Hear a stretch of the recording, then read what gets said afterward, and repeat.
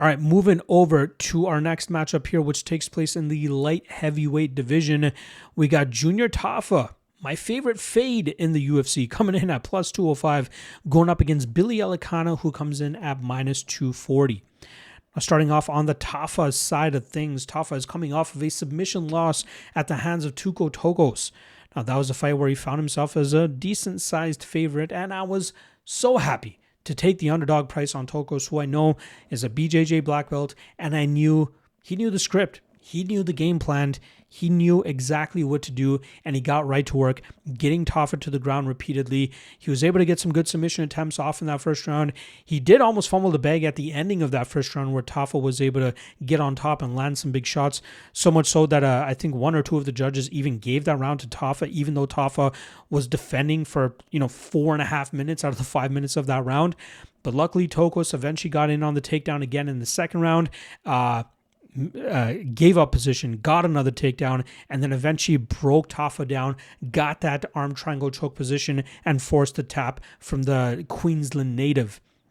Tafa, I don't get why this guy's in the UFC. Other than the fact that his brother Justin is in the UFC, and other than the fact that he comes from a decent kickboxing background and has some decent pop on his shots, this is a guy that could easily be winless in the UFC right now.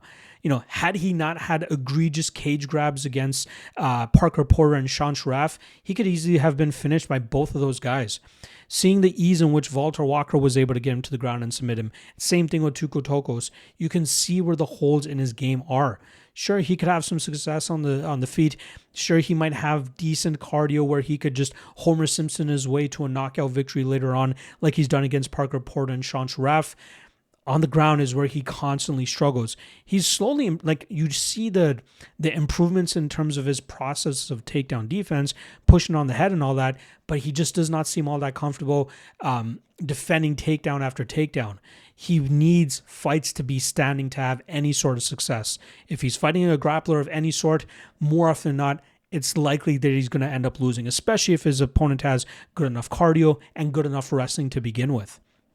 Now, he's going up against Billy Elekana, who's coming off of a nasty club and sub victory over Kevin Christian. I believe that was back in November. I could be off in terms of when that fight actually took place, but he was a big favorite in that fight. Was a big underdog against Ibo Aslan, was able to get the win there. I was happy about that.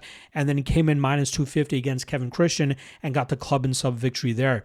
Elekana is a solid BJJ specialist, but I believe his initial martial art was striking. I think he was more of a kickboxer than a grappler. But since moving to Las Vegas over the last couple of years, I think he moved over COVID. He's set up camp at BJJ gyms and really focused on that aspect of his game so that he can mix that in behind his striking game. In the striking realm, he's very educated. He can time his entries very well. His defenses are usually pretty good, but I think a lot of people gave him flack for his short notice UFC debut against Bogdan Guskov. He went grapple heavy from the jump, ended up gassing out, and then eventually getting finished by Guskov in the second, but he's starting to create some momentum for himself and getting the respect of the betting market, especially with him coming in at minus 240 in this fight. Like I said, he's very good in terms of timing his strikes, good with his grappling, and a nasty BJJ specialist when he can get those positions, just as he did against Kevin Christian. Now here, against Junior Tafa, it's Tafa's knockout power against Elekana's well-roundedness.